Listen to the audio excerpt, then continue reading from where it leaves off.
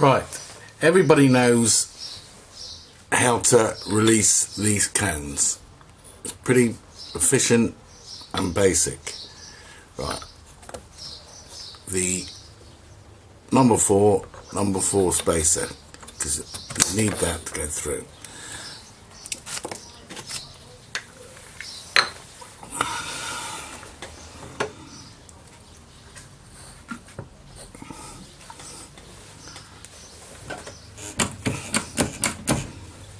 Hold on to it so it doesn't all go flying.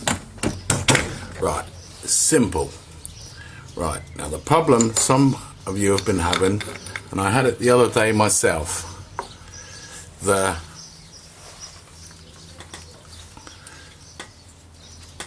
coin, because what had happened is you hadn't expanded the cut edge enough to go slightly over the spacer. So what happened was it started to pull the ring into the spacer down and down and down, and then basically jamming the ring in the spacer. Right, now how do we get that released? Well, what is normally happening, it's on number 5. Now if you want, you should measure what cut size you're going for, size wise, and you should be able to get it on the spacer size you're going to release it on. But if you use a bigger cone and you get to your size, you're going to pull that through. Now let's I'll just anneal this and we'll get it to that, and I'm going to get it, try and get it, jam it into number 5, and then we'll show you what I've come up with to release it. Now like I said, I did this the other day myself. Don't panic. You think, oh Jesus, how am I going to get that out? Well, I come up with this. Won't be a minute. Right, this is just for a demonstration of what it is, because I really want to get it stuck in there, so I've got to expand that, but I can't use number 5 because the reed won't fit on it.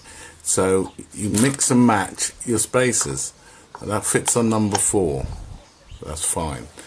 Right.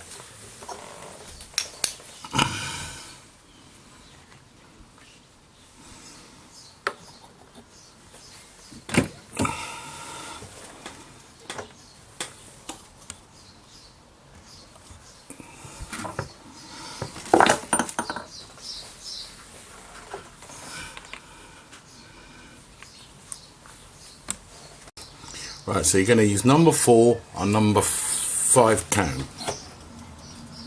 I just mark them 1, 2, 3 and 4 so I don't mix them up when I just remove the cone.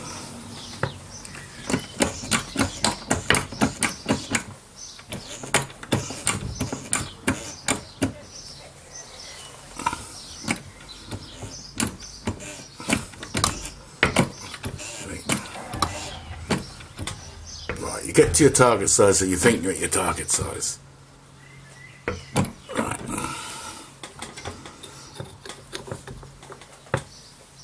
You can't get that out, that's impossible. But also, that's what all the different size cones with different size rings. So what you want to do is you need number 5.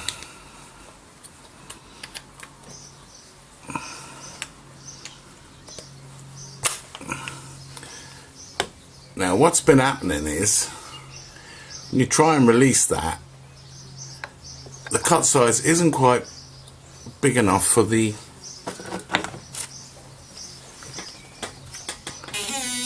cut size, so it's slipping inside. Let's try and jam it. I'll show you what I mean.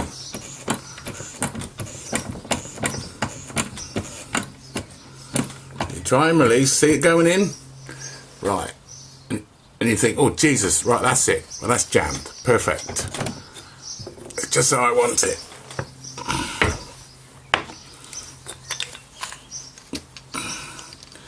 Now you think, how the hell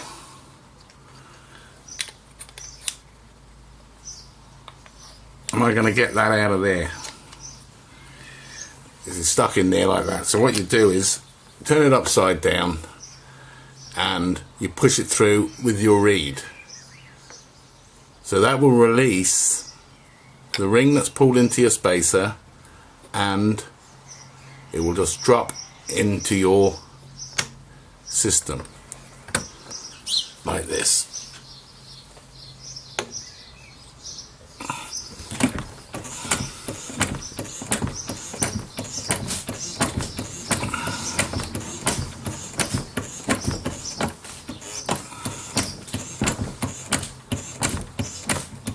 Hold it all together.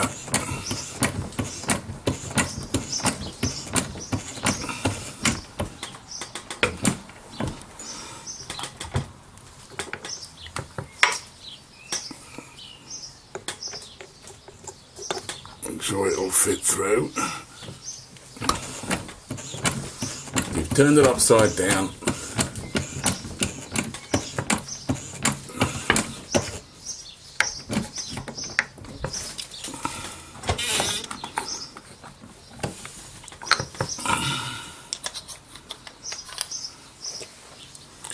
And then it clears your spacer, and it clears your ring and your cone. Now what I've come up with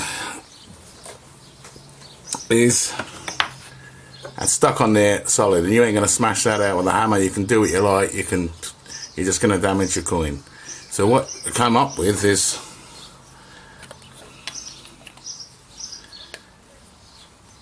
because if I try to release that again, that ring is just going to go inside the spacer again.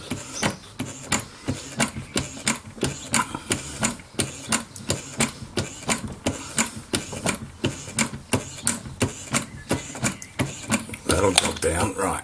Now that's going to go inside the spacer again. I thought, how am I going to release it? So I thought, right. So got my tongs, separated them, put the ring like that and the spacer like that, and pushed it out. Now what you can do is put that over the cone, upwards and around there, because I did mark the cut side of this. I polished it in now, but it's unnecessary work. So I thought, not as stable as the copper tongs, and I thought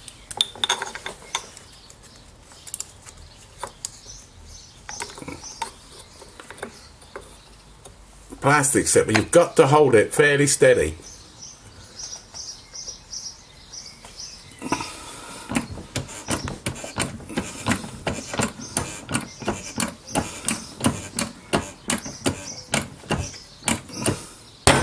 There, released. End the problem. But that's only if your cut side is too small or too thin to go on that space that you need to release it on that cone. 9 times out of 10, you shouldn't get any of the problems. It's just you're using the wrong cone to get to your size originally. But that's how to release it without damaging your cut side. Now, like I said, the copper tongs are a lot more sturdy, but the plastic, as you can just see, works quite well. But you can see with the markers there, see it? That would be on your cut side of your ring, which you don't want. But if you go with your copper tongs, and we're going to put these in with the kits anyway now. If you go with your copper tongs, nothing wrong with them at all. But what I would do is, right, that's number 5. The ring would be like so. I'd put a little hole in the makeup things that they call, you know, they use for makeup, the wadding. Then I put my tongs in between that, bang, pop, out it comes. But if you get it jammed into the spacer, that's how they release it. You just simply swatch it over there, push the cone and ring out, then use your tongs. It's pretty basic stuff, but that was the first time it's happened to me since been using them, and I thought, how the hell am I going to release that? But in the end it came good, because there was a couple of other people, Scott, John was having problems. He said he couldn't release it because it was pulling itself into the spacer. Now, a little bit of plastic like that, you might not even use it, you might not even need it. The problems, because like you say, you can mix and match, but if you don't use it, just go around pinching people like that. Pinch, pinch, really gets on their tits actually. Doing it with the missus, pinching every now and again. If you don't like it. Anyway, that problem is solved, and I do recommend you watch this. I know you think, oh, it's that twat again, but that is how you release a sticky cone when it's being pulled into the spacer. Simple and efficient. Thank you.